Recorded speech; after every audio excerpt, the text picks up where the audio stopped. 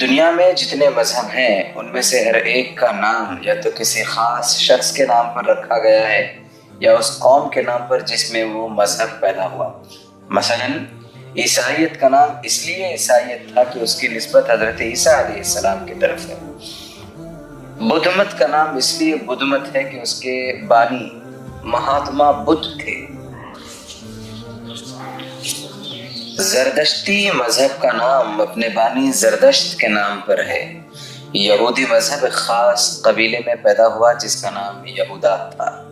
ایسا ہی حال دوسرے مذاہب کے ناموں کا بھی ہے، مگر اسلام کی خصوصیت یہ ہے کہ وہ کسی شخص یا قوم کی طرف منسوب نہیں ہے، بلکہ اس کا نام ایک خاص صفت کو ظاہر کرتا ہے جو لفظ اسلام کے معنی میں پائی جاتی ہے۔ یہ نام خود ظاہر کرتا ہے کہ یہ کسی ایک شخص کی ایجاد نہیں ہے، نہ کسی ایک قوم کے ساتھ مخصوص ہے۔ اس کو شخص یا ملک یا قوم سے کوئی علاقہ نہیں، صرف اسلام کی صفت لوگوں میں پیدا کرنا اس کا مقصد ہے۔ ہر زمانے اور ہر قوم کے جن سچے لوگوں میں یہ صفت پائی گئی ہے وہ سب مسلم ہیں اور آئندہ بھی ہوں گے۔ لفظ اسلام کے معنی۔ اسلام کے معنی عربی زبان میں اطاعت اور فرما برداری کے ہیں۔ مذہب اسلام کا نام اسلام اس لیے رکھا گیا ہے کہ یہ اللہ کی اطاعت اور فرما برداری ہے۔ اسلام کی حقیقت۔ تم دیکھتے ہو کہ دنیا میں جتنی چیزیں ہیں سب ایک قاعدے اور قانون کے تابع ہیں۔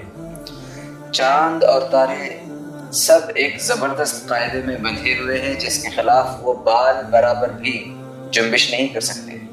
زمین اپنی خاص رفتار کے ساتھ گھوم رہی ہے۔ اس کے لیے جو وقت اور رفتار اور راستہ مقرر کیا گیا ہے اس میں ذرا فرق نہیں آتا۔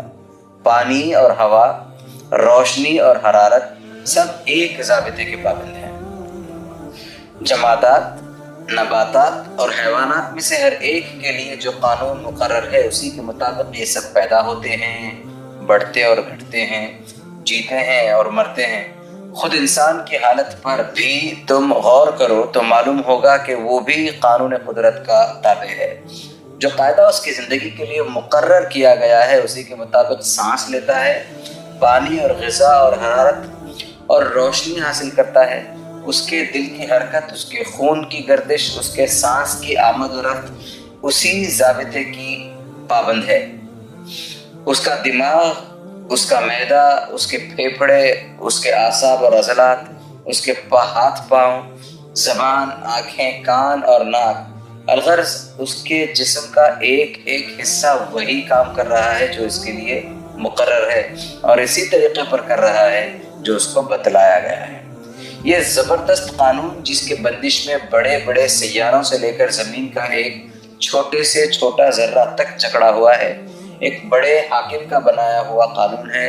ساری کائنات اور کائنات کی ہر چیز اس حاکم کی مطیع اور فرما بردار ہے، کیونکہ وہ اسی کے بنائے ہوئے قانون کی اطاعت و فرما برداری کر رہی ہے۔ اس لحاظ سے ساری کائنات کا مذہب اسلام ہے، کیونکہ ہم اوپر بیان کر چکے ہیں کہ خدا کی اطاعت اور فرما برداری ہی کو اسلام کہتے ہیں۔ سورج، چاند اور تارے سب مسلم ہیں، زمین بھی مسلم ہے، ہوا اور پانی اور روشنی بھی مسلم ہے، درخت اور پتھر اور جانور بھی مسلم ہے، اور وہ انسان بھی جو خدا کو نہیں پہچانتا اور خدا کا انکار کرتا ہے، یا جو خدا کے سوا دوسروں کو پوجتا ہے اور خدا کے ساتھ دوسروں کو شریک کرتا ہے، ہاں وہ بھی اپنی فطرت اور طبیعت کے لحاظ سے مسلم ہے، کیونکہ اس کا پیدا ہونا، زندہ رہنا اور مرنا سب کچھ خدائی قانون کی ہی کے ماتحت ہے۔ اس کے تمام اعضاء اور اس کے جسم کا ایک ایک رونگٹے کا مذہب اسلام ہے، حتیٰ کہ اس کی وہ زبان بھی اصل میں مسلم ہے جس سے وہ نادانی کے ساتھ کفر اور شرک کے خیالات ظاہر کرتا ہے۔ اس کا وہ سر بھی پیدائشی مسلم ہے جس کو وہ زبردستی خدا کے سوا دوسروں کے سامنے جھکاتا ہے۔ اس کا وہ دل بھی فطرتاً مسلم ہے جس میں وہ بے علمی کی وجہ سے خدا کی سوا دوسروں کی عزت اور محبت کرتا ہے، کیونکہ یہ سب چیزیں خدائی قانون کی فرما بردار ہیں اور ان کی ہر جنبش خدا ہی کے قانون کے ماتحت ہوتی ہے۔ اب ایک دوسرے پہلو سے دیکھو، انسان کی ایک حیثیت تو یہ ہے کہ وہ دیگر مخلوقات کی طرح قانون قدرت کے زبردست قاعدوں سے جکڑا ہوا ہے اور ان کی پابندی پر مجبور ہے۔ دوسری حیثیت یہ ہے کہ وہ عقل رکھتا ہے، سوچنے سمجھنے اور رائے قائم کرنے کی قوت رکھتا ہے، اور اپنے اختیار سے ایک بات کو مانتا ہے، دوسری بات کو نہیں مانتا، ایک طریقے کو پسند کرتا ہے، دوسرے طریقے کو پسند نہیں کرتا، زندگی کے معاملات میں اپنے ارادے سے خود ایک ضابطہ بناتا ہے یا دوسروں کے بنائے ہوئے ضابطے کو اختیار کرتا ہے۔ اس حیثیت سے وہ دنیا کی دوسری چیزوں کی مانند کسی مقرر قانون کا پابند نہیں کیا گیا ہے، بلکہ اس کو اپنے خیال، اپنی رائے اور عمل میں انتخاب کی آزادی بخشی گئی ہے۔ انسان کی زندگی میں یہ دو حیثیتیں الگ الگ پائی جاتی ہیں۔ پہلی حیثیت میں وہ دنیا کی تمام دوسری چیزوں کے ساتھ پیدائشی مسلم ہے اور مسلم ہونے پر مجبور ہے، جیسا کہ ابھی تم کو معلوم ہو چکا ہے۔ دوسری حیثیت میں مسلم ہونا یا نہ ہونا اس کے اختیار میں ہے، اور اسی اختیار کی بنا پر انسان دو طبقوں میں تقسیم ہو جاتا ہے۔ ایک انسان وہ ہے جو اپنے خالق کو پہچانتا ہے، اس کو اپنا آقا اور مالک تسلیم کرتا ہے، اور اپنی زندگی کے اختیاری کاموں میں بھی اسی کے پسند کیے ہوئے قانون کی فرما برداری کرتا ہے۔ یہ پورا مسلم ہے۔ اس کا اسلام مکمل ہو گیا، کیونکہ اب اس کی زندگی سراسر اسلام ہے۔ اب وہ جان بوجھ کر بھی اسی کا فرما بردار بن گیا جس کی فرما برداری وہ بغیر جانے بوجھے کر رہا تھا۔ اب وہ اپنے ارادے سے بھی اسی خدا کا مطیع ہے جس کا مطیع وہ بلا ارادہ تھا۔ اب اس کا علم سچا ہے کیونکہ وہ اس خدا کو جان گیا ہے جس نے اس کو جاننے اور علم حاصل کرنے کی قوت دی ہے۔ اب اس کی عقل اور رائے درست ہے کیونکہ اس نے سوچ سمجھ کر اسی خدا کی اطاعت کا فیصلہ کیا ہے جس نے اسے سوچنے سمجھنے اور رائے قائم کرنے کی قابلیت بخشی۔ اب اس کی زبان صادق ہے کیونکہ وہ اسی اللہ کا اقرار کر رہی ہے جس نے اس کو بولنے کی قوت عطا کی ہے۔ اب اس کی ساری زندگی میں راستی ہی راستی ہے کیونکہ وہ اختیار و بے اختیاری دونوں حالتوں میں خدا کے قانون کا پابند ہے۔ اب ساری کائنات سے اس کی آشتی ہو گئی ہے کیونکہ کائنات کی ساری چیزیں جس کی بندگی کر رہی ہیں اسی کی بندگی وہ بھی کر رہا ہے۔ اب وہ زمین پر خدا کا خلیفہ نائب ہے، ساری دنیا اس کی ہے اور وہ خدا کا ہے۔ کفر کی حقیقت۔ اس کے مقابلے میں دوسرا انسان وہ ہے جو مسلم پیدا ہوا تو ہو اور اپنی زندگی بھر بے جانے بوجھے مسلم ہی رہا، مگر اپنے علم اور عقل کی قوت سے کام لے کر اس نے خدا کو نہ پہچانا اور اپنے اختیار کی حد میں اس نے خدا کی اطاعت کرنے سے انکار کر دیا۔ یہ شخص کافر ہے۔ کفر کے اصل معنی چھپانے اور پردہ ڈالنے کے ہیں۔ ایسے شخص کو کافر اس لیے کہا جاتا ہے کہ اس نے اپنی فطرت پر نادانی کا پردہ ڈال رکھا ہے۔ وہ اسلام کی فطرت پر پیدا ہوا ہے، اس کا سارا جسم اور جسم کا ہر حصہ اسلام کی فطرت پر کام کر رہا ہے۔ اس کے گرد و پیش ساری دنیا اسلام پر چل رہی ہے، مگر اس کی عقل پر پردہ پڑ گیا ہے۔ تمام دنیا کی اور خود اپنی فطرت اس سے چھپ گئی ہے۔ وہ اس کے خلاف سوچتا ہے، اس کے خلاف چلنے کی کوشش کرتا ہے۔ اب تم سمجھ سکتے ہو کہ جو شخص کافر ہے وہ کتنی بڑی گمراہی میں مبتلا ہے۔ کفر کے نقصانات۔ کفر ایک جہالت ہے، بلکہ اصلی جہالت کفر ہی ہے۔ اس سے بڑھ کر اور کیا جہالت ہو سکتی ہے کہ انسان اللہ سے ناواقف ہو۔ ایک شخص کائنات کے اتنے بڑے کارخانے کو رات دن چلتے ہوئے دیکھتا ہے، مگر نہیں جانتا کہ اس کارخانے کو بنانے والا اور چلانے والا کون ہے۔ وہ کون کاریگر ہے جس نے کوئلے اور لوہے اور کیلشیم اور سوڈیم اور ایسی ہی چند چیزوں کو ملا کر انسان جیسی لاجواب مخلوق پیدا کر دی۔ ایک شخص دنیا میں ہر طرف ایسی چیزیں اور ایسے کام دیکھتا ہے جس میں بے نظیر انجینئرنگ، ریاضی دانی، کیمیا دانی اور ساری دانائیوں کے کمالات نظر آتے ہیں، مگر وہ نہیں جانتا کہ وہ علم اور حکمت اور دانش والی ہستی کون سی ہے جس نے کائنات میں یہ سارے کام انجام دیے ہیں، جس کو علم کا پہلا سرا ملا ہی نہ ہو۔ وہ خواہ کتنا ہی غور و فکر کرے اور کتنی ہی تلاش و تجسس میں سر کھپائے، اس کو کسی شعبے میں علم کا سیدھا راستہ نہ ملے گا، کیونکہ اس کو شروع میں بھی جہالت کا اندھیرا نظر آئے گا اور آخر میں بھی وہ اندھیرے کے سوا کچھ نہ دیکھے گا۔ کفر ایک ظلم ہے، بلکہ سب سے بڑا ظلم کفر ہی ہے۔ تم جانتے ہو کہ ظلم کسے کہتے ہیں؟ ظلم یہ ہے کہ کسی چیز سے اس کی طبیعت اور فطرت کے خلاف زبردستی کام لیا جائے۔ تم کو معلوم ہو چکا ہے کہ دنیا میں جتنی چیزیں ہیں سب اللہ کی تابع فرمان ہیں، اور ان کی فطرت ہی اسلام یعنی قانون خداوندی کی اطاعت ہے۔ خود انسان کو حکومت کرنے کا تھوڑا سا اختیار تو ضرور دیا ہے، مگر ہر چیز کی فطرت یہ چاہتی ہے کہ اس سے خدا کی مرضی کے مطابق کام لیا جائے۔ لیکن جو شخص کفر کرتا ہے وہ ان سب چیزوں سے ان کی فطرت کے خلاف کام لیتا ہے۔ وہ اپنے دل میں دوسروں کی بزرگی اور محبت اور خوف کے بت بٹھاتا ہے، حالانکہ دل کی فطرت یہ چاہتی ہے کہ اس میں خدا کی بزرگی اور محبت اور خوف ہو۔ وہ اپنے اعضاء سے اور دنیا کی ان سب چیزوں سے جو اس کے اختیار میں ہیں خدا کی مرضی کے خلاف کام لیتا ہے، حالانکہ ہر چیز کی طبیعت یہ چاہتی ہے کہ اس سے قانون خداوندی کے مطابق کام لیا جائے۔ بتاؤ ایسے شخص سے بڑھ کر اور ظالم کون ہوگا جو اپنی زندگی میں ہر وقت ہر چیز پر حتیٰ کہ خود اپنے وجود پر بھی ظلم کرتا رہے۔ کفر صرف ظلم ہی نہیں، بغاوت اور ناشکری اور نمک حرامی بھی ہے۔ ذرا غور کرو، انسان کے پاس خود اپنی کیا چیز ہے؟ اپنے دماغ کو اس نے پیدا کیا ہے یا خدا نے؟ اپنے دل، اپنی آنکھوں اور اپنی زبان اور اپنے ہاتھ پاؤں اور اپنے تمام اعضاء کا وہ خود خالق ہے یا خدا؟ اس کے گرد و پیش جتنی چیزیں ہیں ان کو پیدا کرنے والا خود انسان ہے یا خدا؟ ان سب چیزوں کو انسان کے لیے مفید اور کارآمد بنانا اور انسان کو ان کے استعمالات کی قوت دینا انسان کا کام ہے یا خدا کا؟ تم کہو گے کہ یہ سب خدا کی چیزیں ہیں، خدا ہی نے ان کو پیدا کیا ہے، خدا ہی ان کا مالک ہے اور خدا ہی کی بخشش سے یہ انسان کو حاصل ہوئی ہے۔ جب اصل حقیقت یہ ہے تو اس سے بڑا باغی کون ہوگا جو خدا کے دیے ہوئے دماغ سے خدائی کے خلاف سوچنے کی خدمت لے، خدا کے بخشے ہوئے دل میں خدائی کے خلاف خیالات رکھے۔ خدا نے جو آنکھیں، جو زبان، جو ہاتھ پاؤں اور دوسری جو چیزیں عطا کی ہیں ان کو خدا ہی کی پسند اور اس کی مرضی کے خلاف استعمال کرے۔ اگر کوئی ملازم اپنے آقا کا نمک کھا کر اس سے بے وفائی کرتا ہے تو اس کو نمک حرام تم کہتے ہو۔ اگر کوئی سرکاری افسر حکومت کے دیے ہوئے اختیارات کو خود حکومت ہی کے خلاف استعمال کرتا ہے تو تم اسے باغی کہتے ہو۔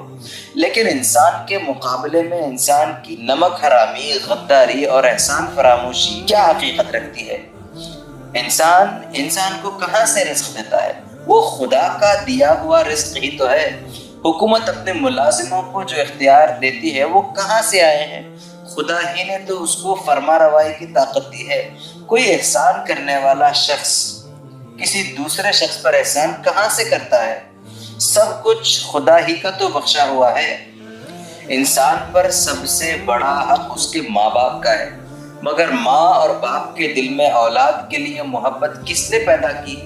ماں کے سینے میں دودھ کس نے اتارا؟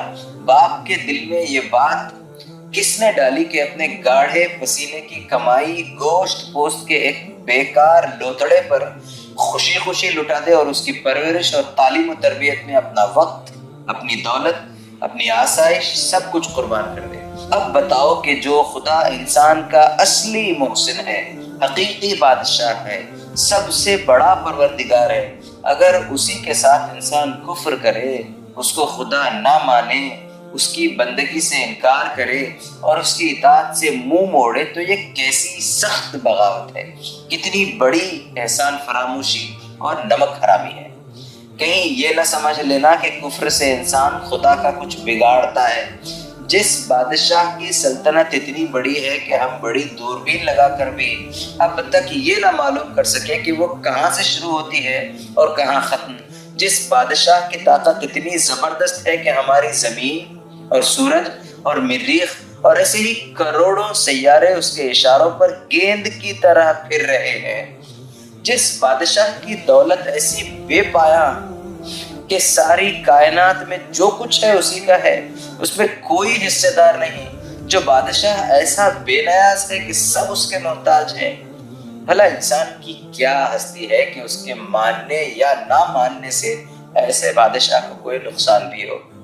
اس سے کفر اور سرکشی اختیار کر کے انسان اس کا کچھ نہیں بگاڑتا بلکہ خود اپنی تباہی کا سامان کرتا ہے۔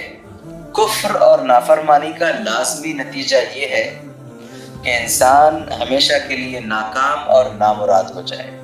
ایسے شخص کو علم کا سیدھا راستہ کبھی نہ مل سکے گا، کیونکہ جو علم خود اپنے خالق کو نہ جانے وہ کس چیز کو صحیح طرح جان سکتا ہے۔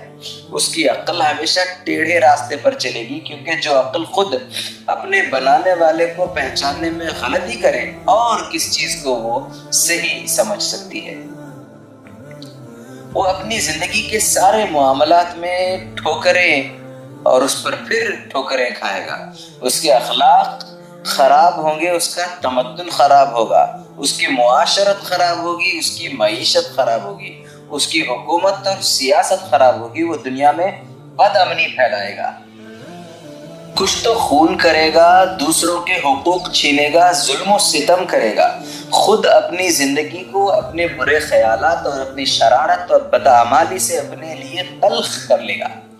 پھر جب وہ اس دنیا سے گزر کر آخرت کے عالم میں پہنچے گا تو سب چیزیں جن پر وہ تمام عمر ظلم کرتا رہا اس کے خلاف نالش کرے گی۔ اس کا دماغ، اس کا دل، اس کی آنکھیں، اس کے کان، اس کے ہاتھ پاؤں، الغرض اس کا رونگٹا رونگٹا خدا کی عدالت میں اس کے خلاف استغاثہ کرے گا کہ اس ظالم نے تیرے خلاف بغاوت کی اور بغاوت میں ہم سے زبردستی کام لیا۔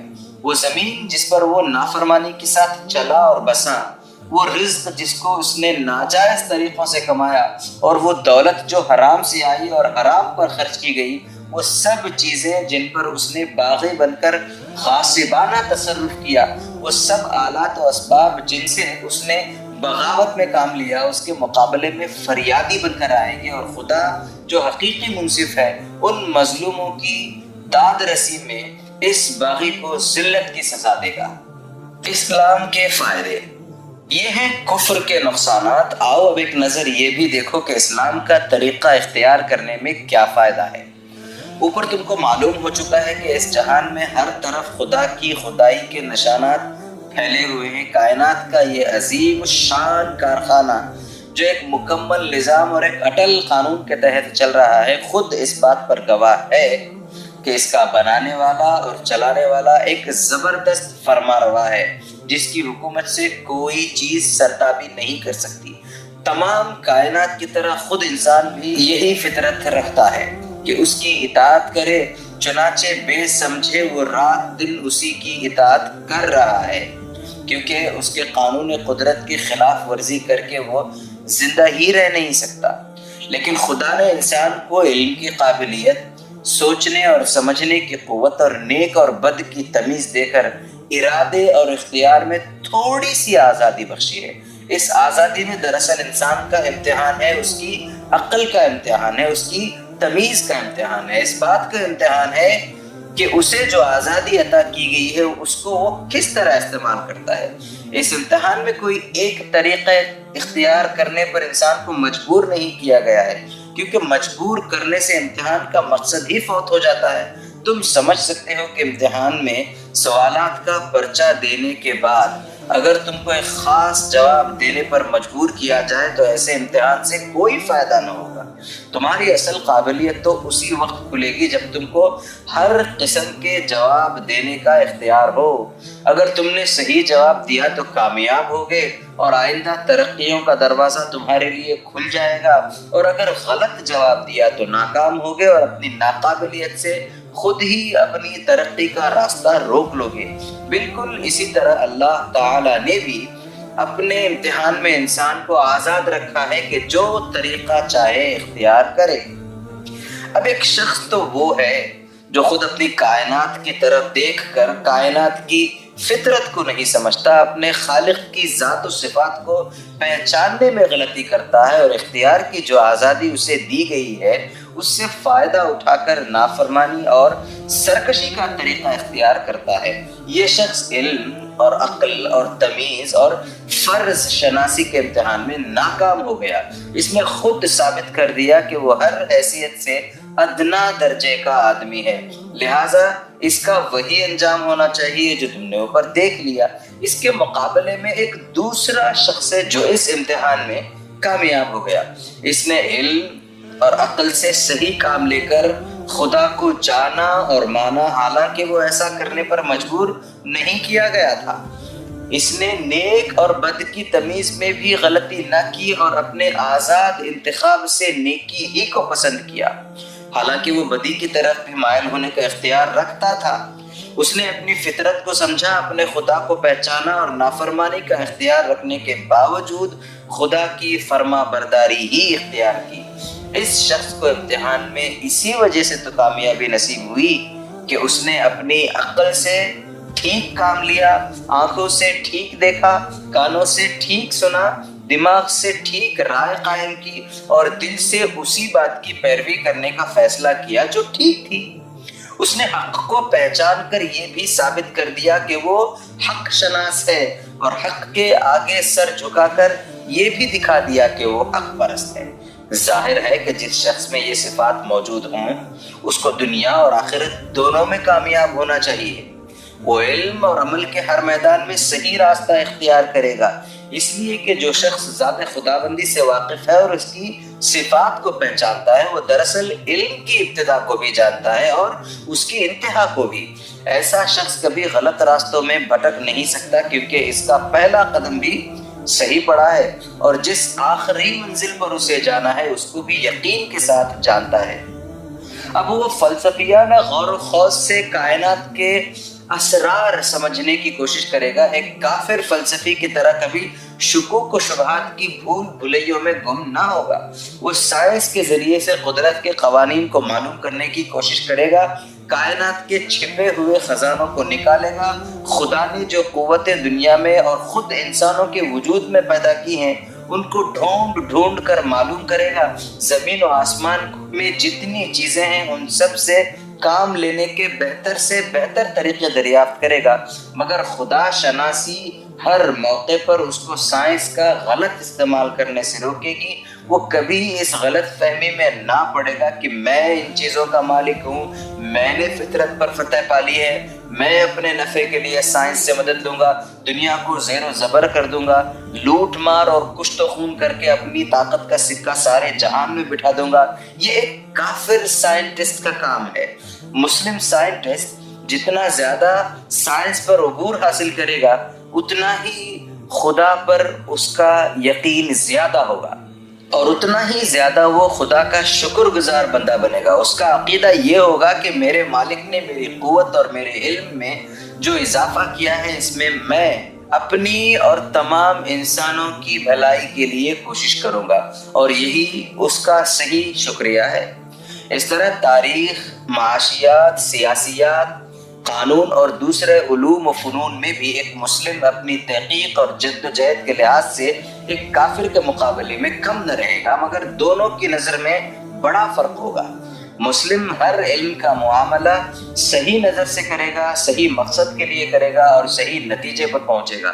تاریخ میں وہ انسان کے گزشتہ تجربوں سے ٹھیک سبق لے گا، قوموں کی ترقی اور تنزل کے صحیح اسباب معلوم کرے گا، ان کی تہذیب و تمدن کی مفید چیزیں دریافت کرے گا، ان کے نیک دل لوگوں کے حالات سے فائدہ اٹھائے گا اور ان تمام چیزوں سے بچے گا جس کی بدولت پچھلی قومیں تباہ ہو گئیں۔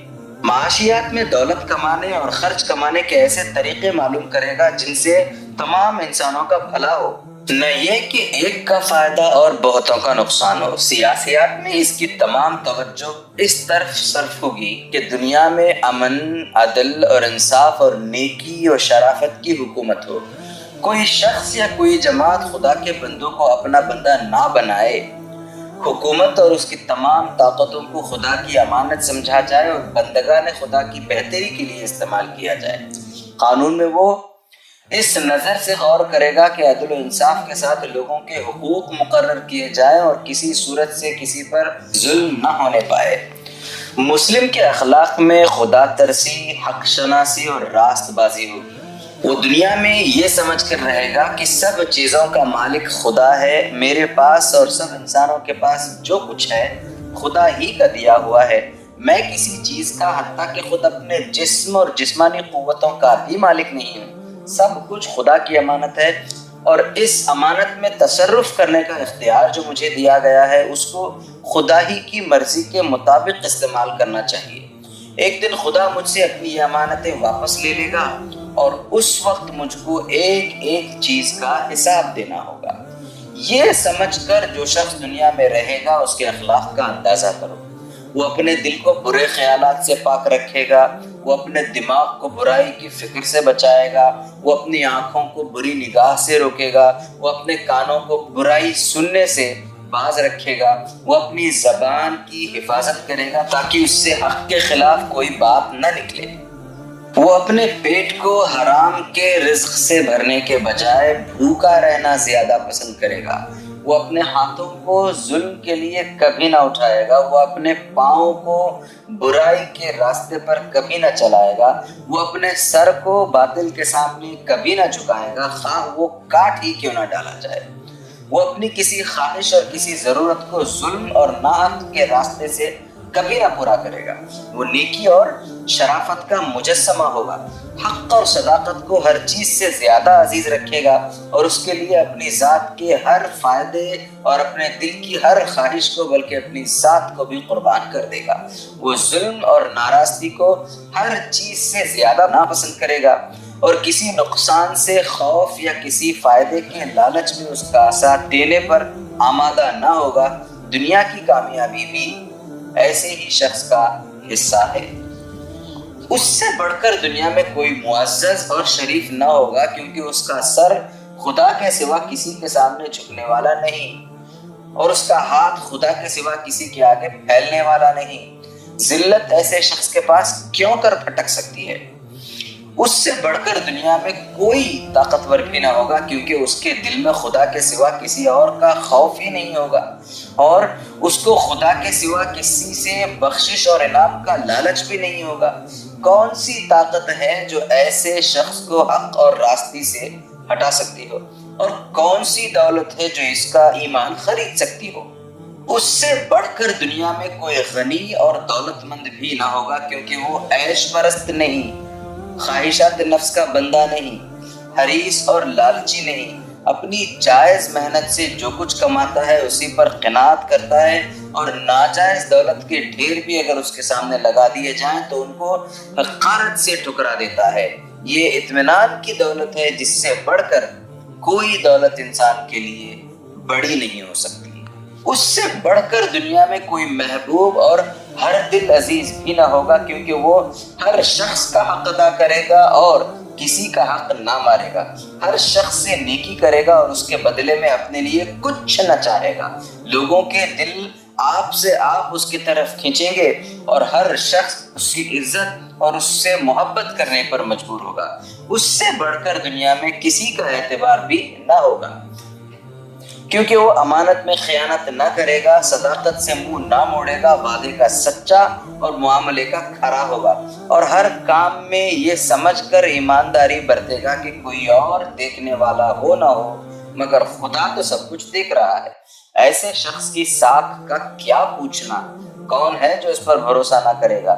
ایک مسلم کی سیرت کو اچھی طرح سمجھ لو تو تم کو یقین آ جائے گا کہ مسلم کبھی دنیا میں ذلیل اور محکوم اور مغلوب بن کر نہیں رہ سکتا، وہ ہمیشہ غالب اور حاکم ہی رہے گا کیونکہ اسلام جو صفات اس میں پیدا کرتا ہے اس پر کوئی قوت غالب نہیں آ سکتی۔ اس طرح دنیا میں عزت اور بزرگی کے ساتھ زندگی بسر کرنے کے بعد جب وہ اپنے خدا کے سامنے حاضر ہوگا تو اس پر خدا اپنی نعمتوں اور رحمتوں کی بارش کرے گا کیونکہ جو امانت اس کے سپرد کی گئی تھی اس کا پورا پورا حق اس نے ادا کر دیا اور جس امتحان میں خدا نے اس کو ڈالا تھا اس میں وہ پورے پورے نمبروں کے ساتھ کامیاب ہوگا۔ یہ ابدی کامیابی جو دنیا سے لے کر آخرت تک مسلسل چلی جاتی ہے اور کہیں اس کا سلسلہ ختم نہیں ہوتا۔ یہ اسلام ہے، انسان کا فطری مذہب۔ یہ کسی قوم اور ملک کے ساتھ خالص نہیں، ہر زمانے اور ہر قوم اور ہر ملک میں خدا شناس اور حق پسند لوگ گزرے ہیں، ان کا سب کا یہی مذہب تھا، وہ مسلم تھے، خواہ ان کی زبان میں اس مذہب کا نام اسلام ہو یا کچھ اور۔